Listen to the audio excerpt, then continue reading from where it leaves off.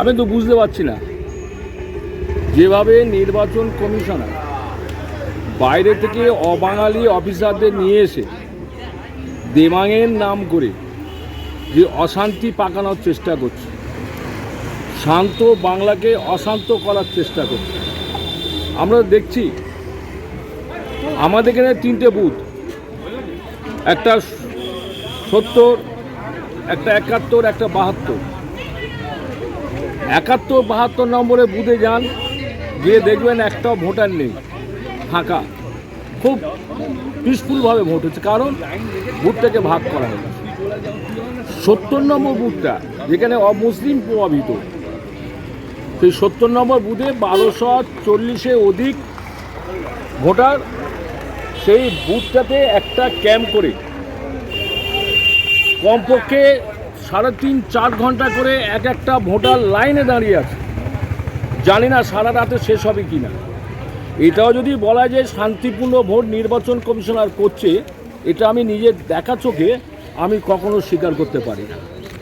সুতরাং দেবাং অফিসার নয়, আমার বাংলায় যোগ্যতা সম্পন্ন যথেষ্ট আইএস আইপিএস যথেষ্ট ভালো ভালো অফিসাররা ছিল, যারা বাংলা ভাষা বোঝে, বাঙালির মনের কথা জানে। তাদের দিয়ে যদি ভোটটা করাতো, অনেক শান্তিপূর্ণ ভোট হতো, অনেক পিসফুল ভোট হতো। ভোটের যে উৎসব, আজকের দিনে বাংলার বাঙালিরা সেই উৎসবটা পালন করতে পারত। এখানে হিন্দু মুসলমানের পবিত্র একটা সম্পর্ক, যেখানে 2-4 জন মিলে হয়তো একটু গল্প করছে বা দাঁড়িয়ে আছে, সেখান থেকে সেই সেন্ট্রাল বাহিনীরা যেভাবে অপমান করে ভোটারদের সরিয়ে দেওয়া হচ্ছে, কল্পনা করা বাইরে। এটা ভোট উৎসব হতে পারে।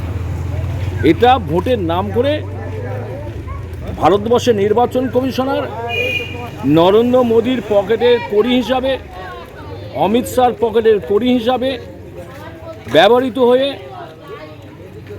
একটা কুচক্রীদের বাংলাকে পাইয়ে দেওয়া একটা ষড়যন্ত্র নিয়েছে বর্তমান নির্বাচন কমিশন।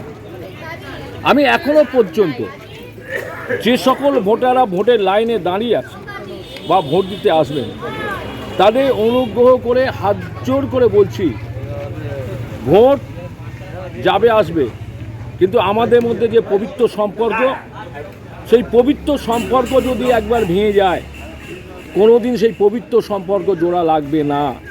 তাই পবিত্র সম্পর্ক বজায় রাখার জন্যে আমরা হিন্দু, মুসলিম, শিখ, ইসরায়েল সমগ্র সম্প্রদায়ের মানুষ কুচক্রী, মৌলবাদী, সাম্প্রদায়িক শক্তিকে উৎখাত করে আসুন, আমরা যাতে 4টা মের পরে আবার নতুনভাবে আমরা মিলিত হতে পারি এবং বাংলার একটা ধর্মনিরপেক্ষ সরকার কংগ্রেস সমর্থিত হয়ে গড়ে উঠুক।